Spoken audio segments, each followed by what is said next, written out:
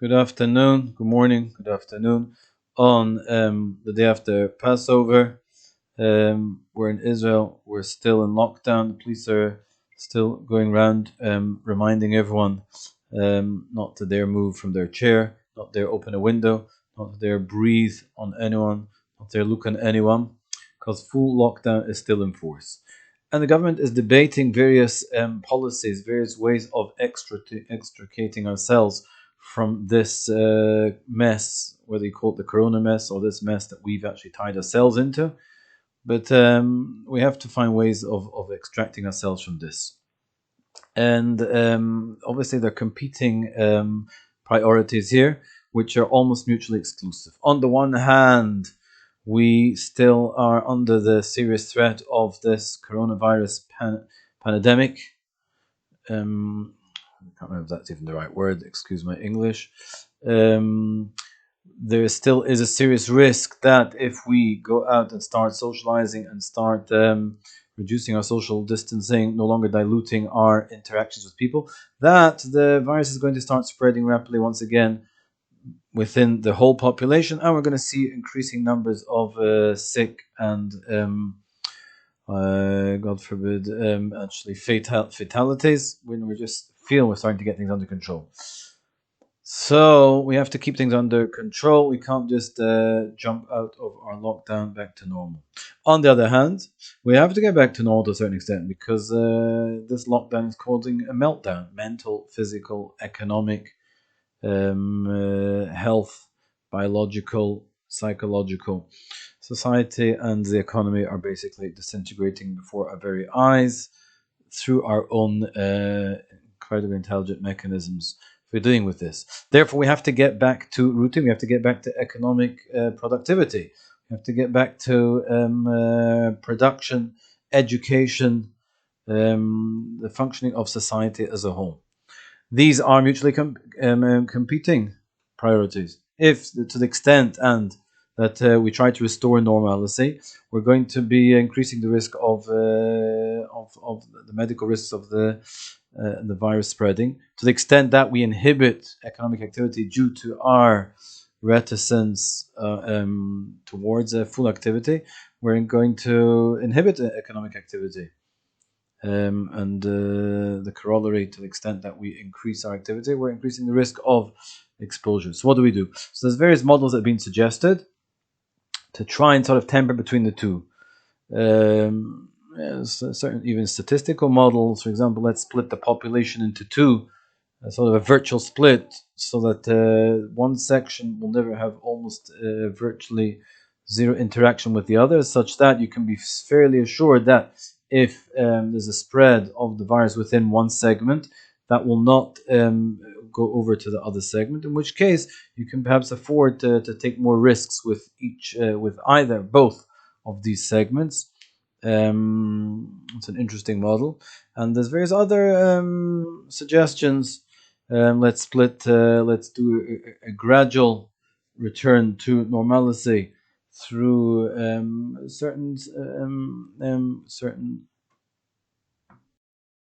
certain target groups that will of the population, that they will be under stricter measures of limited activity, whereas other, which will enable other parts of society to function with the less restrictions, and correspondingly again reduce the risk of the virus going over from one segment to the other. For example, high risk, it might be the elderly, it might be the very young, it might be the sick, those who are more susceptible, more vulnerable. They will be the ones that will be more cordoned off.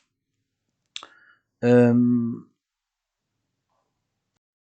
there's other models, example, a sort of cordoned off time, splitting up our activity based on a time parameter, that you'll have people working, let's say the idea is let's work 4 or 5 days, shifts of 4 or 5 days, after which they will go into self-imposed quarantine because they theoretically they've been exposed to the virus. They'll wait, let's say, 10 days of incubation, or 14 days it really should be, from the last time to which they were theoretically exposed to a carrier unknowingly. Having these 14 days having passed and no symptoms being shown, they can again resume another shift of 4 or 5 days or 7 days, whatever it is. Sort of start, stop, which is interesting.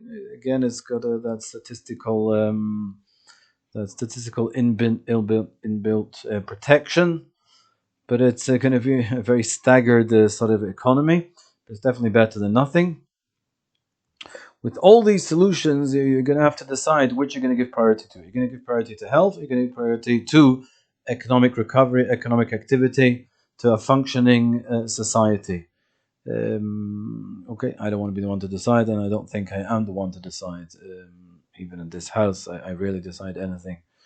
So, but that's going to be the question. I just want to give one suggestion that I've mentioned before that it's a tool that can significantly increase the options that are available for whichever particular policy is adopted. But there's a huge resource here that we're doubling or tripling, or something like approximately by a factor of 2.5, which translated into the figures is we've got high unemployment, so you can reduce it by a third. You've got loss of production, loss of tax, loss of revenue. You can double or triple that if you're just going to adopt this. It's going to be a little bit inconvenient, and I'm going to explain afterwards why, despite all the complications and the logistical limitations, inhibiting factors, why nevertheless it seems to be, to me, a productive way forward, short term and I think long term as well. Very simply, and I mentioned it before, the idea is dilution. We have to dilute people. We can't have people in too high a concentration of per capita per meter. We have to reduce that. And any return to normal activity threatens maintaining that dilution, and therefore it inhibits the inhibition of the spreading. In other words, it will result in increased spreading. So my suggestion is like this: we have a resource, we have space, we have people, and we have another parameter, another dimension. It's called time. We have the time dimension. How many hours in a day? Most people's day is 24 hours. Most people's productive day, or my productive day, is about half an hour. Productive half hour a day.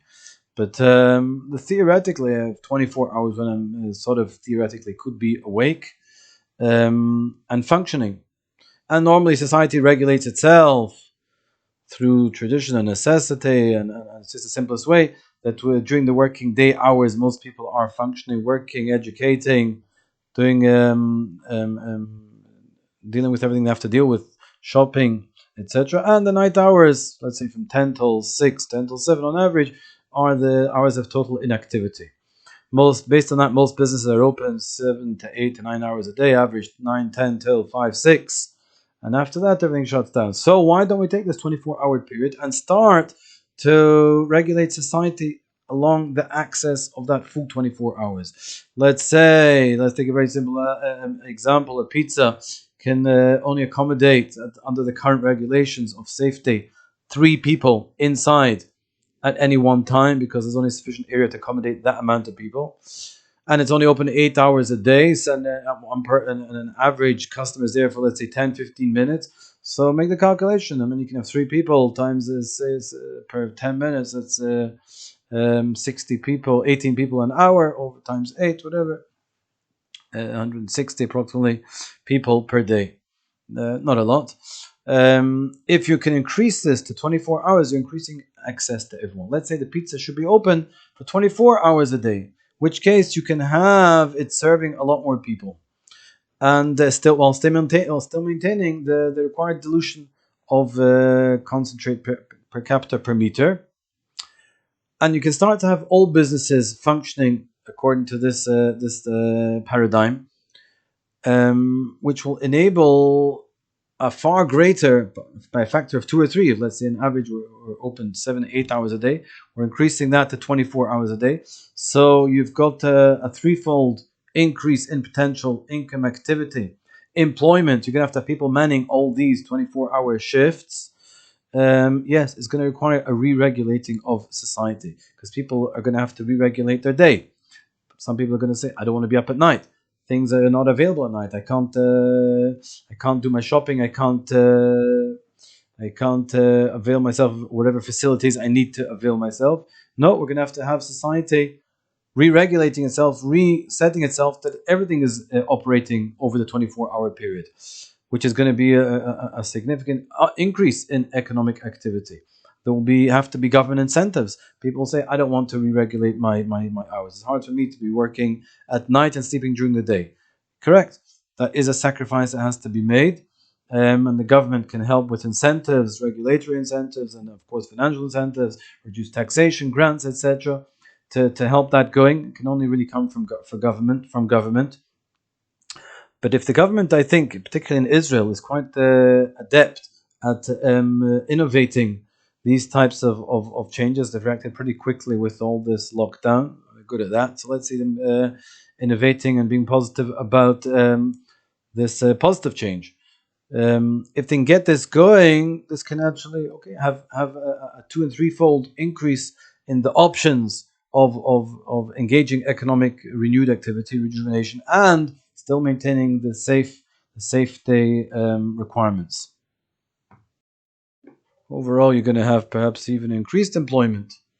You're going to have more people manning more facilities over a greater period of time, serving less people per hour. It's going to be less efficient. Yes, you're going to have government stepping in. It's going to be costing society, the government, a lot of money, but it's going to be costing a lot less than doing nothing and having to finance all this inactivity, which is unproductive and expensive. Yeah, it's going to be complicated. It's going to require a lot of organizational restructuring. Families, are you going to have families splitting up? You're going to have, how can you have parents working at night if the children's education is during the day? So you're going to have to integrate. That's why it has to come from government. It has to be like a completely integrated system where all functioning aspects of a working society are integrated, working over this period, and the people are allocated, resources are allocated equitably and efficiently, so that everyone has reasonable access to a functioning existence, whatever part of this 24-hour time allocation that they're occupying. Really is occupation. But yes, there'll be less interaction overall between segments of society. The day workers will not be seeing the night workers, but it's better than no one seeing anyone, no one going out, and no one working, and everyone just getting depressed at home, and the government going bankrupt. I think it's far more preferable, and it'll be dynamic. You can swap shifts, you can move, you can 1 week like this, 1 week like that, 1 month like this. Whenever there's plenty room for maneuverability within that upward, downward, and now a chronological movement. Why? So this might seem a rather traumatic and almost, you might say, overkill just to get this problem going. We're going to re-engineer the whole workings of our society. Let's just wait till things blow over, and we'll get back to normal. Let's just sweat it out. That's going to be the intransigent sort of reaction, perhaps.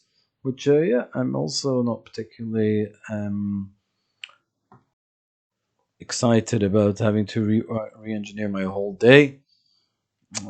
For educational establishments, it's an opportunity and it's a challenge as well.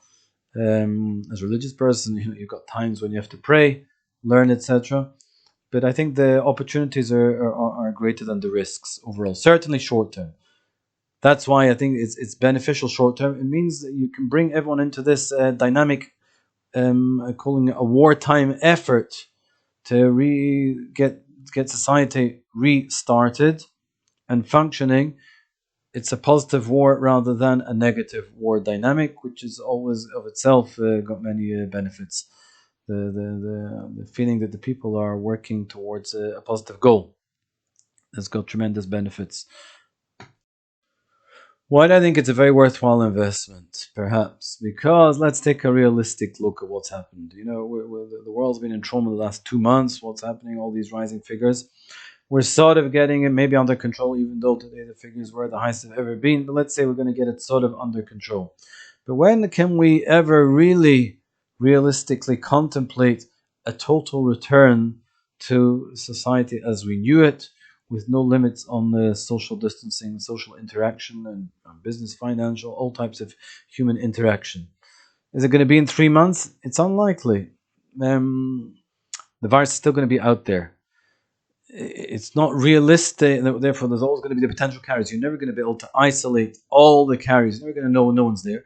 So, can you really allow 1,000 people into a hall on the fact, based on the fact that there's only been 10 um, new cases of corona being discovered that day, and therefore the statistical likelihood of it spreading is low.